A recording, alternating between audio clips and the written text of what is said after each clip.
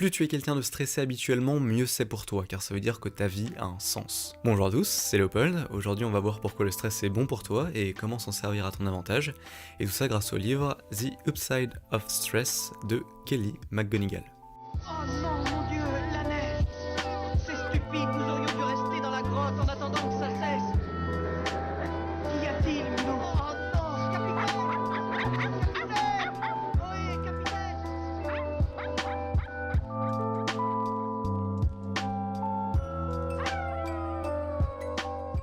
L'auteur, Kelly McGonigal, c'est une chercheuse et aussi une professeure à l'université de Stanford, et elle s'est beaucoup intéressée au sujet du stress. C'est vraiment quelque chose qu'elle a beaucoup étudié, si bien qu'elle a été considérée comme étant une experte du sujet, et qu'elle était très souvent appelée pour faire des conférences pour parler du stress. Dans les interventions qu'elle faisait, le but de ces interventions c'était de débarrasser les gens du stress, parce qu'à l'époque, tout le monde était convaincu d'une chose, tous les experts étaient convaincus d'une chose, c'était le stress est mauvais pour la santé. Du coup, le meilleur conseil qu'on pouvait donner aux gens à cette époque-là concernant le stress, c'était ok, surtout quand vous stressez, arrêtez tout de suite, parce que sinon vous allez mourir plus vite. Autant dire que c'est complètement con, et que les gens ont commencé à stresser comme jamais auparavant. Mais heureusement, un jour, il y a une étude qui est sortie, qui a remis ça en cause, et qui disait que seules les personnes qui considéraient leur stress comme négatif avaient en fait une espérance de vie qui diminuait. Du coup, l'auteur, elle s'est remise en question, et après avoir bien réétudié la question, elle a écrit ce livre, The Upside of Stress, pourquoi le stress est bon pour toi et comment s'en servir.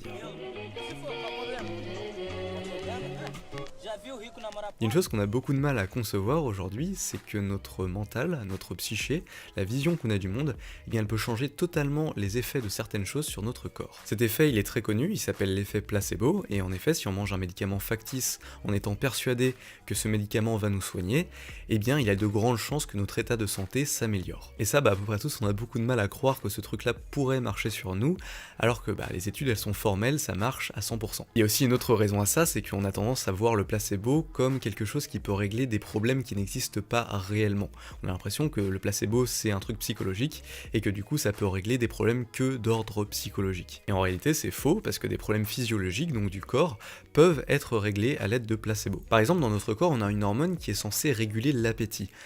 Plus on mange des choses caloriques, plus cette hormone elle va s'activer et donc nous couper l'appétit. On a fait une expérience dans laquelle on a proposé à plusieurs personnes deux smoothies de même composition et avec le même nombre de calories. À une première partie des gens, on leur donnait le smoothie comme étant très peu calorique, donc avec des trucs écrits dessus comme léger, régime, etc.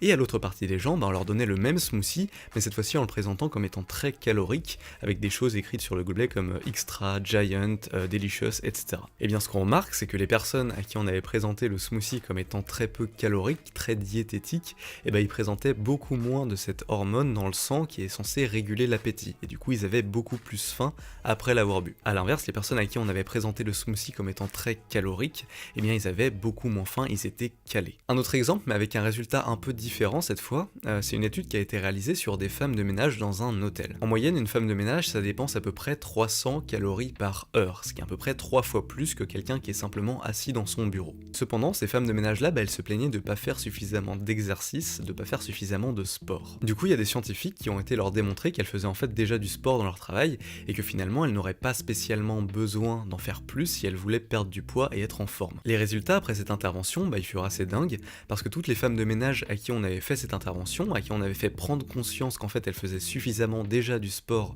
dans leur travail, et bien d'un, elles ont perdu du poids, et de deux, elles disaient plus aimer leur travail. En fait, on parle de placebo quand on effectue une action ponctuelle sur quelqu'un, mais on va parler de mentalité quand le changement est beaucoup plus durable. Ici, les femmes de ménage, elles ont changé de mentalité sur leur travail, elles ne vont plus jamais le voir de la même manière, et donc ça va avoir des effets bénéfiques sur leur corps. En résumé, il y a beaucoup de mécanismes dans notre corps qu'on ne connaît pas encore très bien, mais qui peuvent clairement être enclenchés par notre état mental. Et bien c'est exactement la même chose qui va se passer pour le stress. Quand on stresse, le corps il va relâcher deux hormones, le cortisol et le DHEA. Le cortisol, c'est l'hormone du stress, c'est celle qui est responsable des sensations qu'on connaît quand on stresse. Le DHEA, par contre, c'est une hormone qui va aider ton cerveau à s'améliorer, qui va l'aider à résister au stress et qui va aussi régénérer un peu ton corps. Aucune de ces deux hormones n'est meilleure l'une que l'autre, elles sont toutes les deux utiles.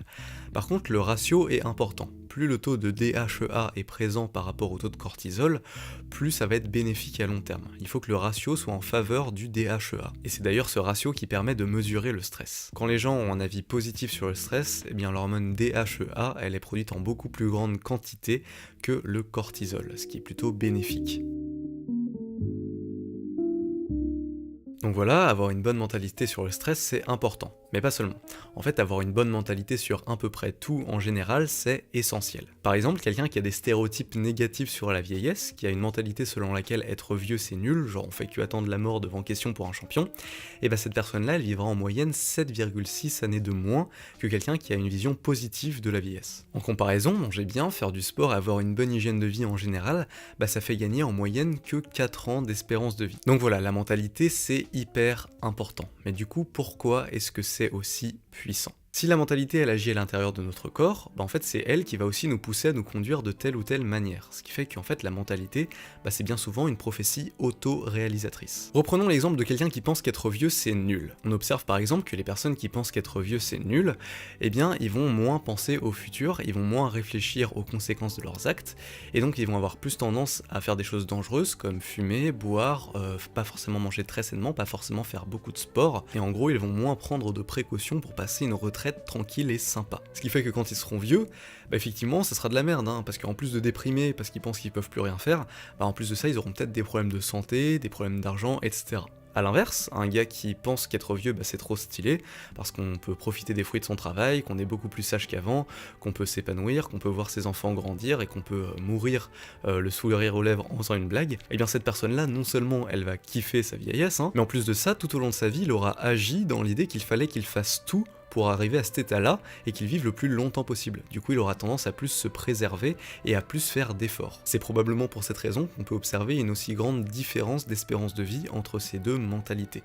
Mais du coup, pour le stress, eh bien en cas de stress, quelqu'un qui a une vision négative de celui-ci, il va essayer d'éviter tous les liens avec des activités stressantes. Du coup, il va pas faire grand-chose de sa journée, et en plus de ça, il va procrastiner, il va tout remettre au lendemain, de manière à stresser le plus tard possible, jusqu'à ce que ça s'accumule et que ça devienne trop problématique. Aussi, quand cette personne elle subira du stress, elle cherchera plus à le faire partir en se distrayant, donc en fumant une cigarette, en mangeant un gâteau, en regardant Netflix, qu'en essayant de régler le problème. A l'inverse, quelqu'un qui a une vision positive du stress, il va juste accepter que le stress est réel et il va en chercher les causes petit à petit, il va chercher de l'aide et il va chercher des solutions aux problèmes qui lui causent le stress. Il va aussi avoir tendance à trouver des côtés positifs à sa situation et à voir ses problèmes comme des opportunités pour s'améliorer. Encore une fois ici, c'est la manière qu'on a de penser le stress qui est une prophétie auto-réalisatrice. Ceux qui essayent d'évacuer le stress meurent plus tôt et sont plus déprimés à cause d'activités antistressantes destructrices comme le fait de fumer, de manger beaucoup ou juste de procrastiner. Mais au contraire, ceux qui l'acceptent, ils vont juste chercher des solutions qui vont les amener à vivre plus longtemps en moyenne. Le stress en fait c'est juste une alarme qui te dit fais attention.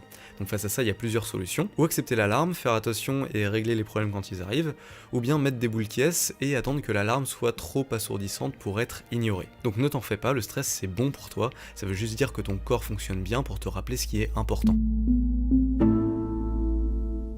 Si aujourd'hui on a une aussi mauvaise vision du stress, c'est à cause de l'appellation du stress qui est mauvaise. En fait, les premières études qu'on a faites sur le stress, on les a faites sur des animaux qu'on allait stresser. On allait les stresser dans le genre qu'on allait leur envoyer des décharges électriques, les empoisonner, leur provoquer des bad trips, presque les noyer, les blesser, les enfermer dans des cages à peine aussi grandes qu'eux-mêmes. En fait, on allait les torturer, disons que c'est pas exactement le même stress que quand t'as peur de rater ton train. Et du coup, en effet, croyez-le ou pas, quand on torture quelqu'un, c'est pas super bon pour sa santé. Et c'est pour ça qu'à un moment donné, on avait des tas d'études sur le stress qui disaient que c'était la pire chose au monde et qu'il fallait absolument éviter d'être stressé quoi qu'il arrive. Aujourd'hui, heureusement, on a arrêté d'être con et du coup, il y a d'autres études qui ont été réalisées. Les études qui montraient que les bébés singes dans le ventre d'une mère qui a été stressée, comprendre torturée, avaient plus de chances de développer des pathologies psychiatriques à l'âge adulte, se sont révélées fausses quand on expose la mère à des stress plus classiques. En fait, le cerveau du bébé se développe même mieux sous ces conditions. Des bébés singes, encore une fois, qui ont été séparés de leur mère pendant une certaine période étant enfants, ce qui correspond déjà plus à un stress normal, on remarque qu'ils sont moins anxieux et plus calmes à l'âge adulte. Également, des études ont montré qu'après des périodes de stress, les humains ils avaient tendance à être plus sociables et à plus s'ouvrir aux autres. Donc voilà, aucune raison d'avoir peur du stress, globalement c'est un truc qui est plutôt positif. Du coup, comment faire quand on est stressé? La première étape, c'est d'accepter le stress et d'analyser ce que l'on ressent, donc les sensations physiques et mentales, mais sans chercher à les faire partir. Ensuite, il faut chercher la raison du stress, quelle est la chose qui est importante à nos yeux et qui cause le stress. Ensuite, il va falloir connecter cette sensation de stress et s'en servir comme motivation pour régler les problèmes qu'on avait. Le stress, comme étant une sensation désagréable, en fait, il part dès le moment où on a l'impression de faire ce qu'il faut pour régler ses problèmes. Le but, c'est pas tant d'enlever le stress, mais de le transformer en sentiment d'accomplissement, en challenge et en quelque chose de positif. D'ailleurs, à propos de ça, il existe plusieurs types de stress. Jusque-là, le stress dont on a parlé, c'est un peu un stress du type angoisse, mais il faut savoir qu'il y a d'autres types de stress. Le premier, c'est le stress fight or flight, littéralement se battre ou s'enfuir. Là, le corps, il est envahi d'un sentiment de peur, il a un gros boost d'adrénaline. Il va chercher à se protéger en priorité, donc il va faire attention aux moindres détails, aux moindres problèmes pour pouvoir fuir au bon moment. Ensuite, il y a le stress de type challenge. Le stress de type challenge, c'est comme le fight or flight, sauf que la peur, elle va être remplacée par du focus. Le cerveau, il est plus concentré sur sa sécurité parce qu'il sait qu'il est en sécurité, mais il est concentré sur le challenge, sur comment trouver des solutions au problème qui lui est posé. Du coup voilà, le but quand on fait face à une situation de stress, c'est qu'il va falloir transformer son stress. Par exemple, quand vous allez parler devant beaucoup de gens, ou vous allez parler à des inconnus, le but c'est de transformer le stress fight or flight en stress de type challenge. En fait, essayer de se calmer, ça fera qu'aggraver le stress. Du coup ici, la technique, c'est d'assumer tout simplement son stress et d'essayer de le voir comme un challenge, comme une opportunité de se dépasser. Par exemple, quand vous êtes stressé avant de parler à des gens, vous dites pas « Ok, il faut que j'essaye de me calmer ». Non, dites-vous au contraire, je suis super stressé, je suis super excité, il faut que j'en tire parti. Là, à ce moment-là, le corps, il aura plus pour but de fuir, mais il aura pour but de trouver la meilleure chose à faire. Le dernier type de stress, c'est le stress de type tend and befriend, c'est celui qui va nous donner envie de lier des liens sociaux. Le corps, il libère de l'oxytocine, et en fait, on a ce stress à chaque fois qu'on agit pour d'autres personnes. Et en fait, c'est le stress qui est le mieux et le meilleur pour la motivation. Ça nous montre que aider les autres, en fait, ça nous anime bien plus que ce qu'on fait pour nous tout seul. Du coup, si vous avez un projet, le mieux, c'est d'essayer de voir comment ça peut se lier au fait d'aider les autres. Également, faire partie d'une équipe ou d'un ensemble, ça nous donne une beaucoup plus grande motivation de poursuivre.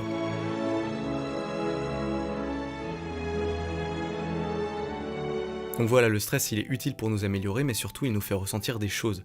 Les personnes les plus heureuses, c'est aussi les personnes les plus stressées parce qu'elles ont le plus grand sentiment que leur vie a un sens. Une vie sans stress, en fait c'est nul, c'est pas agréable, c'est le stress qui nous donne une sensation de vivre, c'est le stress qui nous rend heureux. Si on stresse, c'est parce qu'on veut accomplir quelque chose. Si tu stresses, ça veut dire que ton corps fonctionne bien, que tu as un but, un objectif, et que ta vie a un sens pour toi. Imagine que tu es en train de grimper sur l'Everest. Tu stresses, c'est normal de stresser quand on grimpe sur l'Everest. En fait c'est tellement normal que tu t'en branles pas mal de stresser quand tu grimpes sur l'Everest. Il fait froid, sombre et le seul but c'est d'arriver en haut. Mais en fait tout est un Everest, le moindre de tes objectifs est un Everest qu'il faut escalader et donc c'est normal de ressentir du stress à propos de ça. La souffrance fait partie de la vie humaine, tout le monde souffre et au moins autant que toi. Peu importe les problèmes que tu as dans ta vie, il y a plein de gens, il y a des milliers de gens qui l'ont déjà eu avant toi, il y a des milliers de gens avant toi qui l'ont déjà réglé. Donc voilà, quand tu stresses parce que t'as peur de pas réussir des trucs, quand tu stresses parce que c'est difficile, éreintant, il faut juste se dire ça.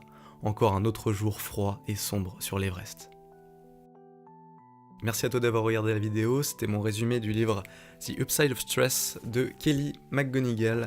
Très bon livre, et en fait très bon livre pour une seule et bonne raison, c'est parce que ça nous envoie le message que le stress c'est bon, et ça nous fait changer de mentalité dessus. Et donc voilà, c'est déjà assez utile pour ça. J'espère que ma vidéo aura fait à peu près le même effet. Donc voilà, il y a d'autres conseils dans le livre, mais surtout, une fois qu'on a lu le livre, on sait que le stress c'est bon pour soi et on en est convaincu. Donc c'est déjà une bonne raison, je pense, de le lire.